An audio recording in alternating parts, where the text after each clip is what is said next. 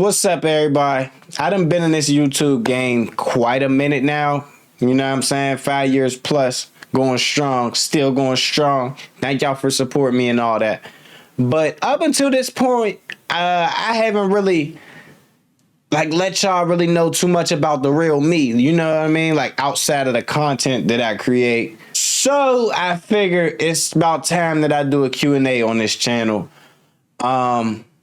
And I made a post, you know what I mean, asking some of y'all would y'all like to submit some questions. I got some good juicy joints, and I'm looking forward to giving some answers to these questions. I'm going to go ahead and answer these questions to the best of my abilities. You know what I'm saying? Yeah, what's the first one? First question is, how are you finding these cinematic locations? With my content, I always strived to really put a strong emphasis on my settings. You know what I mean? And like the scene setting. Early on, I was doing a lot of like really like deep in the trenches type comedy. So I was doing it really, actually, literally deep in the trenches. You know what I'm saying? So I always try to paint like a vivid picture. One by the character I'm portraying, but not only that, to have the setting match that level of reality. As I continued to further in my career, I chose to branch out and get a little bit wilder and more adventurous with my locations. So I would get more, I don't know, just find some really cool shit. Almost to the point to where it could be art in and of itself. So it's like, for instance, I visited the Burrow Schmidt Tunnel. That was a tunnel. It's in California. It's kind of like basically like a cave at the top of a mountain. And I had used this for a skit that was titled How the Hood Was Created. And now what I used it for, I definitely did like a basically a literal take on the quote unquote Underground Railroad.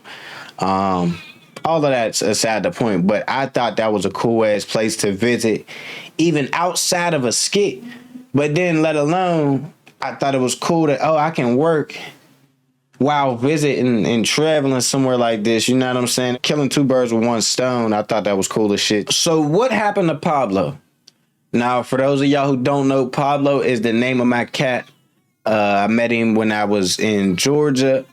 Ended up taking him in. And to answer the question, Pablo is still rocking with me. Pablo's family. Pablo ain't going nowhere no time soon. Yeah, he really just be chilling. He be vibing. Actually, he made his first cameo in one of my videos relatively recently. It was in a skit called When Hood Niggas Don't Be Moving Discreetly. Yeah, he was in there. He definitely popped in real quick, did his thing. He got rewarded, got a couple treats for it. Yeah, so he living lavish now. You know what I'm saying? He definitely been doing his thing. He got a little bit of clout on YouTube and all that, so he's proud. But he ain't really into the clout, just so y'all know. He don't really do it for the clout. He more so about his tuna and his treats. But yeah, I appreciate y'all asking about him. What kind of hairstyle would you have if you weren't bald? I'm going to just say right off the bat, that's a wild-ass question, but I respect it, though. So to give you an answer, if I was not bald, if my hairline wasn't shot, I would probably have a nice medium length set of dreads. A nice medium length. I wouldn't want my shits too long. So when I was young back in the day, I definitely had long hair. And yeah, but I always wanted dreads though when I was like a teenager or whatever. I couldn't afford it. You know what I'm saying? Like with the upkeep and all that. So my raise would give me like plaits. And I had plaits like all throughout like middle school and all that. And yeah, I just kind of got tired of that plait life. Couldn't get the dreads, so finally chopped him off. Next thing you know, I chopped him off a couple years ago past, and I'm starting to, oh shit, my young man going back. Oh, it's going further and further back. Now it's traveled. It's traveled back here thus far. So yeah, we still doing our thing, you know what I mean? Okay, next question. If you could go back and tell your younger self one thing, what would it be? That's a solid question right there. That's a solid one. I would have to tell my younger self to really just know that the circumstances that you are in are temporary, and there's no need to make rash decisions. Just deal with it persevere, push through until you turn 18. Don't make any rash decisions. You're not expected to be, you know what I mean, like fully independent and just balling straight out the gate at the age of fucking 15 and shit like that. So I would tell that younger child, little Corey, I would say, just, stick with what you're doing, stay in school, and just think that there's long-term consequences to whatever it is you choose to do. If no one is around and you fart, does it stink? Yes. Yes. Yes. Yes, I light it up. Yes. Yes, shitty, drawers. Hell yeah. I'll boom, boom, boom, boom, blow it up. Demon time. The pretty round brown. You can see the brown smoke.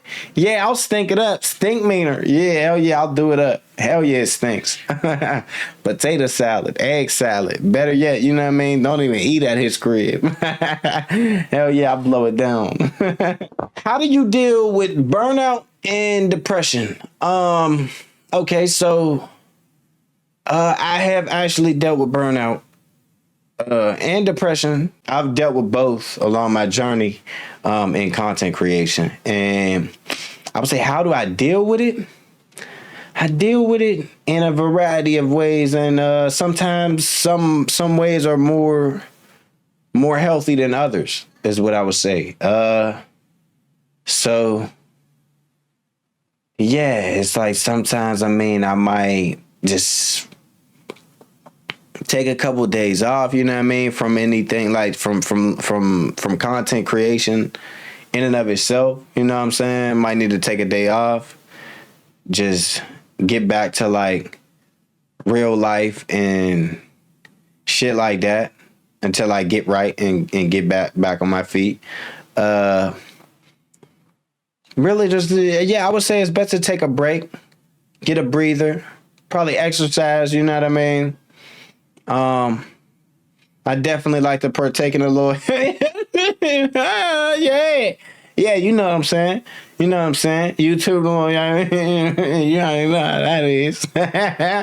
You feel me? Yeah, so that's pretty much how I'm dealing with it at the moment, because if I don't have a little bit of that, it can, things can get rough. And that leads me on to the next question. Have you ever struggled with addiction? The answer to that question is yes. And to just say it frankly, is like my experience with addiction has been quite long, to be honest. It's been quite long and enduring. So it all started when I was in high school. Definitely did a little dibbling dabbling, you know what I mean, my little reefers and such. But then it became a point to where I started trying different things, being exposed to different things. So eventually, next thing you know, I'm in high school. I'm taking Molly in class, wilding out. Definitely, it was whatever you thought it was funny at the time, but it's like that's insane to me. Like, I started playing with shrooms. There was even a time where I did ketamine even. Like, I've done Xanax. It's just all types of shit. But I would say the worst point of my addiction was during my time in college. I just felt like really just overwhelmed. You know what I mean? I had been shot or whatever, going to college, being isolated, being away from my family and shit like that. It just really took a toll on me. And I just felt, basically, I felt lonely. You know what I mean? I didn't really have nobody to rap to, like on a deeper level. And I feel like I resorted to, the use of drugs and things like that. That was the worst point in my life that I've dealt with addiction. Now, other than that, I've definitely had numerous spouts with, you know what I mean, just weed, things like that. But yeah, that's my spiel about drugs. When you dropping more music? That's a great question. See, I want to drop something soon, ASAP. I just need to get in that right mode. I need the right beat. to motivate me to get back in the booth. I need to find some fun, high tempo, something that's slapping. That's like definitely my lane, like when I make music. But I'd be willing to branch out, definitely. If I was to branch out, you know what I mean, I probably want to do some country or something like I'll probably do some country or something like that. I know that doesn't answer the question, but yeah, so when am I going to be making more music? Hopefully soon. Hopefully soon. Okay, now I get this one all the time. I've gotten this for the past few years, and I finally get to answer it publicly. Is Shy Shooter your girlfriend? I'm sorry to let y'all down, but the answer is no. All right, so I know like early on, I've seen this floating around in the comments and like, oh, that's his girl and like this and this and that. And it's just like, I honestly let y'all run with it. It's just like, I just let y'all say that if that's what makes this content feel more authentic, y'all can have it. You know what I'm saying? So, but to be totally honest with y'all, she's solid. She is the homie, definitely. That's sis, basically family at this point. But the way I know her is like I know her from high school. We both went to Brashear. We from the same hood. We both grew up on the hill, Pittsburgh. And yeah, so I met her in high school, used to clown with her then, whatever, yada, yada, yada. But it really, we really kindled like a more serious friendship, I would say, once I started doing my content. So I had a project I was doing called Love and Hip Hop Pittsburgh. It was a Pittsburgh version, some bootleg, super underground, you know what I'm saying, super low quality style thing. But it was Love and Hip Hop Pittsburgh, and she showed up and showed out. And from that moment, it was like anytime I had a project where I needed help with from other people, or I wanted to plug in somebody else, I would definitely keep her in mind, and I would hit her up first, if anything. And she always showed up, showed out. Any concept you give her, she take it, put her own spin to it, and she gonna knock that shit out the park. So that's my experience with her. She does have her own YouTube, in case y'all didn't know. Her name is Shy Shooter. Sorry to let y'all down if anybody believed it for all that time, but nah, that's not my girlfriend. How has content creation changed your life over the past 3 to 4 years?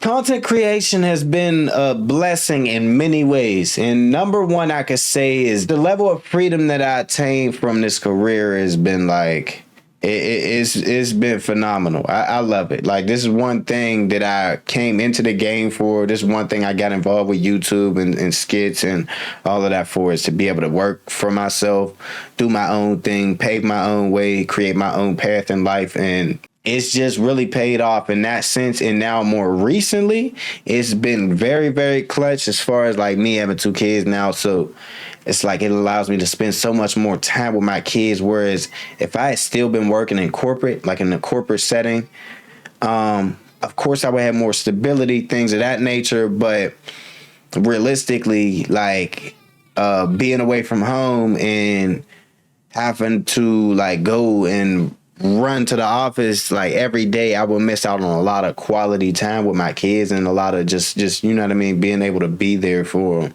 if they need something. Now this right here is the final question, and it is, so what's the long-term goal, or better yet, where do you see yourself in the next 5 years?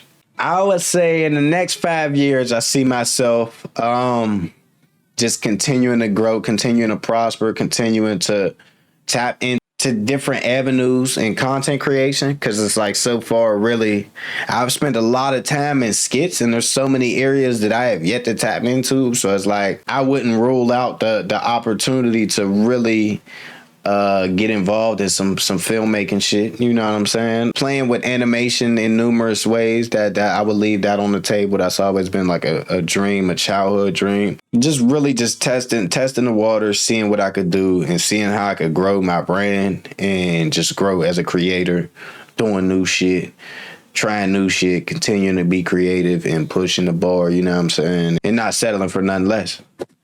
That's where I would say I picture myself. But it's like, as far as, I can't really put like a number to it, how many subscribers I'm going to have, how many this or how many that, how much money I'm going to have. All of that, I don't really, can't quantify it. But like I said, it's just more of a feeling that I could place to it. It's just like, I want to feel more You know, had that creative energy flowing, the juices flowing, everybody, you know what I mean? Wake up every day happy, comfortable, enough to be able to just keep working at what I want to do and making better content for y'all while also being a better man to my family and shit like that. So thank y'all for tuning into this Q&A. Hope I answered all of y'all's questions. I covered all the bases there. I did the best I could. Thank you to everybody who did submit a question. I appreciate y'all. There was some that I probably didn't get around to. Just know it's all love. I ain't mean to, you know what I mean, make y'all feel left out. None of that. I fucks with y'all. But thank y'all. Love y'all. Till next time, you already know I'm going to be dropping something else. But all right, family.